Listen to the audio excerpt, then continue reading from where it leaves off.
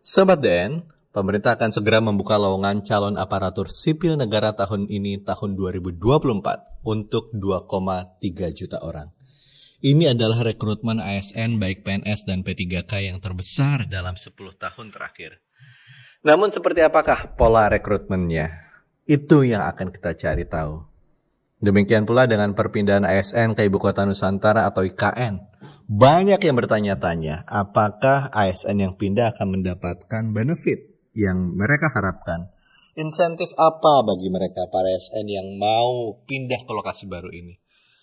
Semua ini akan kita gali lebih jauh bersama sosok yang paling bertanggung jawab dengan proses ini, yaitu Menteri Pendayagunaan Aparatur Sipil Negara dan Reformasi Birokrasi, Bapak Abdullah Azwar Anas. Namun sebelum lebih jauh, saya mengajak Anda, jangan lupa untuk subscribe channel Diskursus Network dan nyalakan loncengnya, agar Anda mendapatkan informasi-informasi yang terbaru dari kami. Assalamualaikum Pak. Waalaikumsalam warahmatullahi wabarakatuh. Sehat selalu? Alhamdulillah. Alhamdulillah. Kayaknya Bapak ini menteri yang paling ditunggu anak-anak muda sekarang. Ya. Terutama yang membutuhkan membutuhkan kesempatan untuk bisa menjadi jadi PNS atau mengabdi pada negara. Ya. Ya. Karena selama ini yang fresh graduate ini kan relatif kecil ya. Karena tahun-tahun sebelumnya, 7 tahun ke belakang kita ada PR besar menyelesaikan yang tenaga non ASN atau honorer. Nah, ini ada total 2.302.543 Pak. Iya, 2,3 juta ya. 2,3 besar sekali. Total, cukup besar. Nah, kita masih ada PRX THK2, kemudian honorer yang cukup besar. Tetapi kita batasi yang masuk di database di BKN ya, untuk kita selesaikan.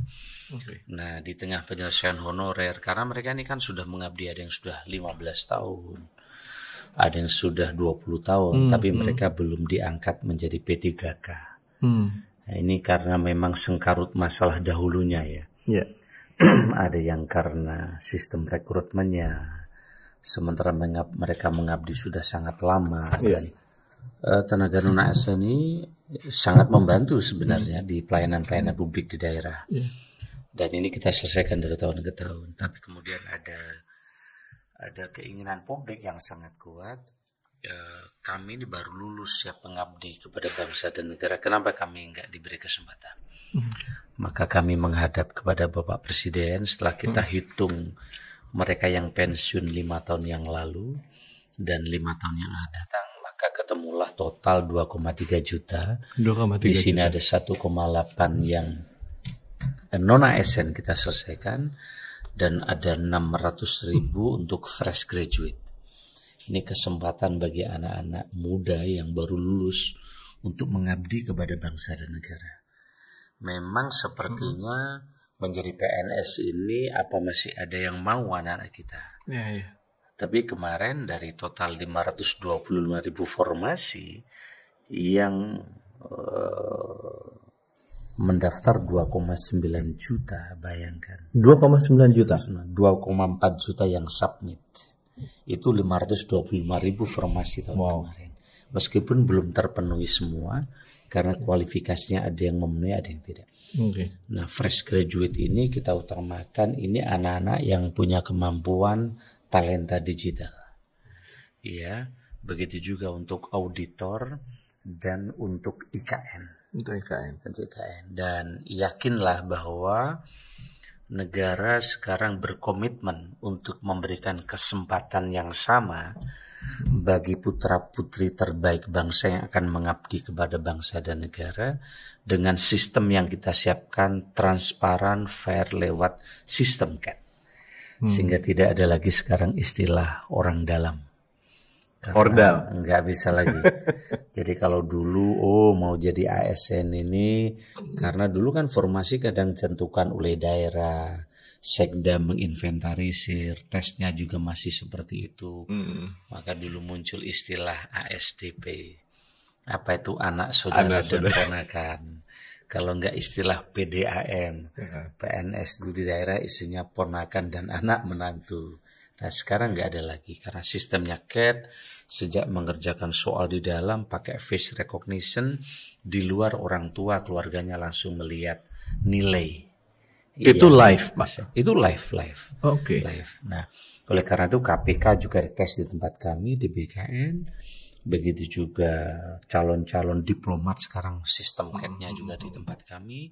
Nah, harapan kami ketika sistem CAT-nya sudah transparan, sistem ikutan berikutnya ketika seleksi kompetensi juga fair, sehingga anak-anak punya kesempatan yang sama dengan berbagai latar belakang yang berbeda. Oke. Pak, terkait dengan fresh graduate, kalau dulu kan seingat saya ada batasan, itu batasan usia.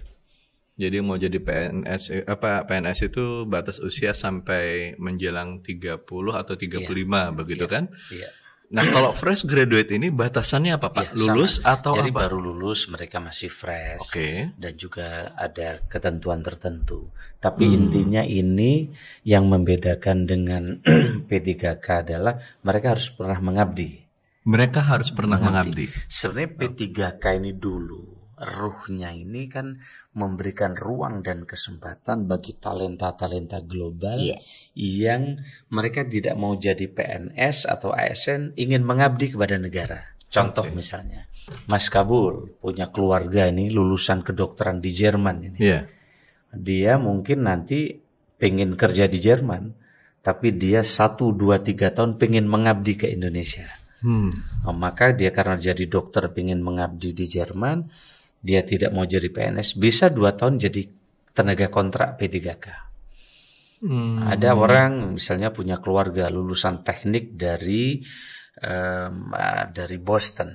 Dia ingin mengabdi ke negara 2 tahun. Setelah itu ingin kembali ke negaranya atau apa, ingin kembali ke asal mereka kuliah, dia bisa jadi tenaga P3K. Ini sebenarnya dulu untuk mewadahi talenta-talenta. Tapi kan ujung ke belakangnya P3K tidak untuk itu. Untuk mewadahi tenaga-tenaga yang dari berbagai disiplin, yang itu kemudian seperti sekarang ini. Nah, fresh graduate ini anak-anak yang baru lulus, yang belum punya pengalaman mengabdi, tapi punya kesungguhan untuk memasuki jurusan-jurusan tertentu. Oleh karena itu maka arah kebijakan pengadaan tahun ini adalah pertama kita prestasikan ke